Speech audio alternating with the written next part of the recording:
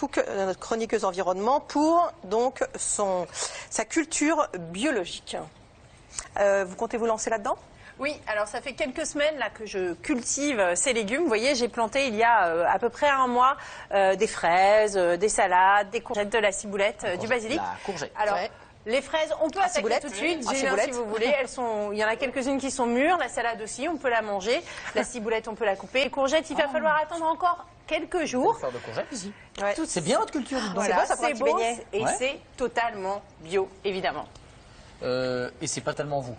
Non, alors je triche un vraiment... peu. Mais pourquoi vous doutez comme ça? Mais parce que je sens bien qu'elle n'a pas eu le temps de faire ça avec le travail qu'elle a au magazine de la santé. Voilà, je triche un petit peu. En fait, c'est Carole Brice et son acolyte qui sont venus ce matin et qui ont installé tout ceci. Ils travaillent à la ferme aquacole d'Anjou et ils ont développé donc ce bassin aquaponique, un bassin potager. Aquaponique. Un bassin potager. Voilà, c'est le nom qu'ils donnent. C'est une petite ferme, une petite exploitation agricole qu'on peut mettre dans son jardin, dans sa cour. Peut-être pas dans son appartement quand même, mais pas loin. Pas loin. Et vous êtes en train de voir l'installation ce matin du bassin sur notre plateau, qui a été tourné par nos équipes. Alors, non mais c'est ça, c'est une technique quoi? C'est une technique ancienne ça ou pas? Alors, là, il s'agit de... oui, c'est une technique ancestrale. Alors, de quoi s'agit-il? Aquaponique, on a en fait ici des légumes, des végétaux qui sont cultivés hors sol, l'hydroponie, et en dessous de l'aquaculture avec des petits poissons. Là, actuellement, on a des carpes. Petits poissons. Enfin, peut-être que les téléspectateurs ne nous croient pas. Allez-y. On va aller chercher le poisson. L'hiver, quand l'eau est plus fraîche, on peut cultiver des truites. Et donc, la fusion de l'aquaculture et de l'hydroponie, ça donne l'aquaponie. Et alors, c'est une technique ancestrale. La crape, la carpe.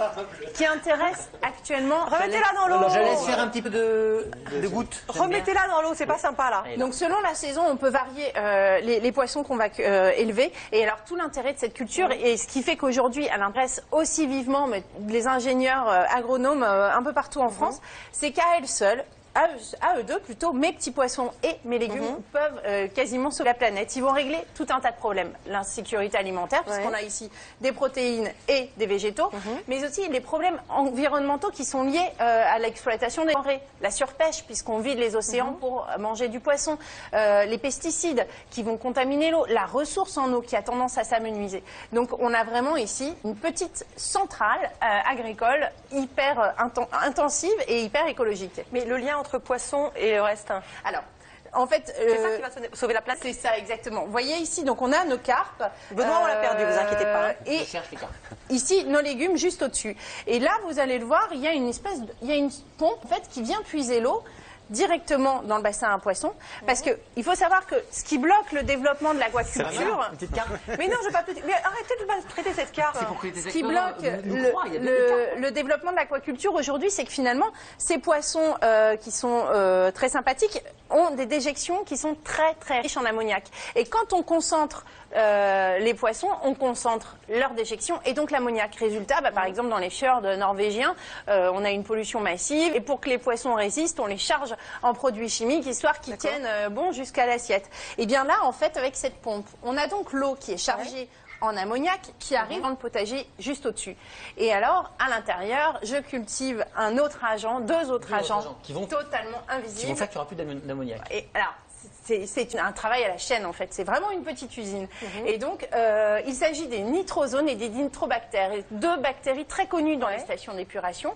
La première va transformer l'ammoniac en nitrite, la seconde les nitrites en nitrates, et là les légumes sont ravis, ils ont de l'eau, ils ont des nitrates, et donc ils vont absorber l'eau qui circule dans le bassin et surtout puiser tous les nitrates qui sont contenus dans cette eau. Et une fois qu'ils ont fait, qu'ils ont pris tout ce dont ils avaient besoin, l'eau propre retourne dans le bassin. Donc on voit ici la pompe qui descend. Et grâce à ça, voilà. Combien de poissons pour combien de légumes pour combien de temps?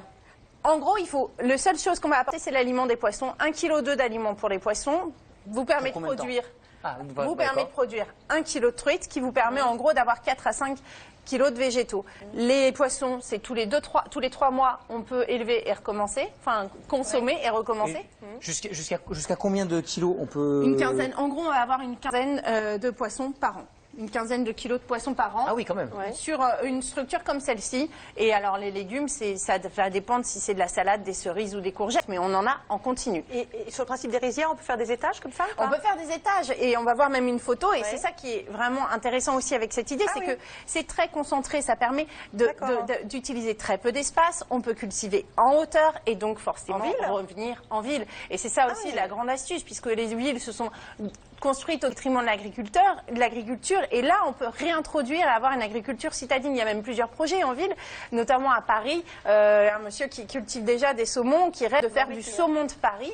On aurait donc une ferme aquacole à Paris pour avoir son saumon, un saumon qui est de fontaine, qui est donc une espèce qui vit en eau douce. Donc là, les Norvégiens auront, on n'aura même plus besoin de le faire venir. Donc ça veut dire qu'en termes de transport, on gagne aussi énormément. Je vais la remettre dans l'eau parce qu'il me fait la peine. Elle est dans l'eau, mais Libérez-la. Vous avez présenté ma carte. Libérez-la, ça me fait de la peine. Mais elle était très calme, elle. Et à grande échelle. Elle ne maltraitait pas. Non. Bon, oui, c'est très sympa, mais on parle. Vous avez parlé de pollution, de surpêche. Mais ça concerne les mers. Or là, ce ne sont que des poissons d'eau douce. Alors, là, l'INRA est actuellement en train de travailler déjà sur ce projet à grande échelle. On va voir des photos parce que ça, c'est très bien en petit chez soi. Mais pour que ce soit viable économiquement et qu'on puisse, nous, acheter des légumes issus de l'aquaponie, il faut que ce soit plus grand. Donc, on travaille là-dessus. Et la deuxième chose que cherche actuellement l'INRA, c'est en fait, si on cultive des végétaux, ils se sont dit, on doit pouvoir cultiver des microalgues ou des salicornes. Et donc des bars et des saumons. Parce la salicorne, vous ne la mangez pas comme la salade non plus. Non, mais vous en faites des biocarburants. Et là, la boucle est bouclée. En plus, on lutte contre les particules fines qui nous polluent, des cosmétiques et puis de l'alimentation. Remarquable. Tout ça est très bien. Évidemment, vous pouvez retrouver ça encore sur le blog de Laetitia, du vert, du bio, de l'écolo sur allodocteur.fr si vous voulez en savoir plus. Ça coûte combien ? Voilà, exactement. On a une notion du prix de tout ça. Ça va dépendre vraiment de la table de l'aquarium que vous allez choisir et en vertical. Enfin, il y a plusieurs coûts. Est-ce que Marina, je vous ai dit qu'il y avait des vrais poissons là-dedans ? Oh, elle va sortir sa carpe. Arrêtez avec votre carpe. Vous voulez ajouter quelque chose ou on passe à la suite? Non, c'est bon. Merci beaucoup. C'était très intéressant. Moi, ça m'a permis de pêcher un peu. Ça faisait longtemps que ça m'était pas arrivé déjà. Attendez. Hop là, j'en ai eu deux. Si le syndicat de défense des carpes pourrait se manifester, ça serait gentil. On va passer à In Vivo maintenant. Merci.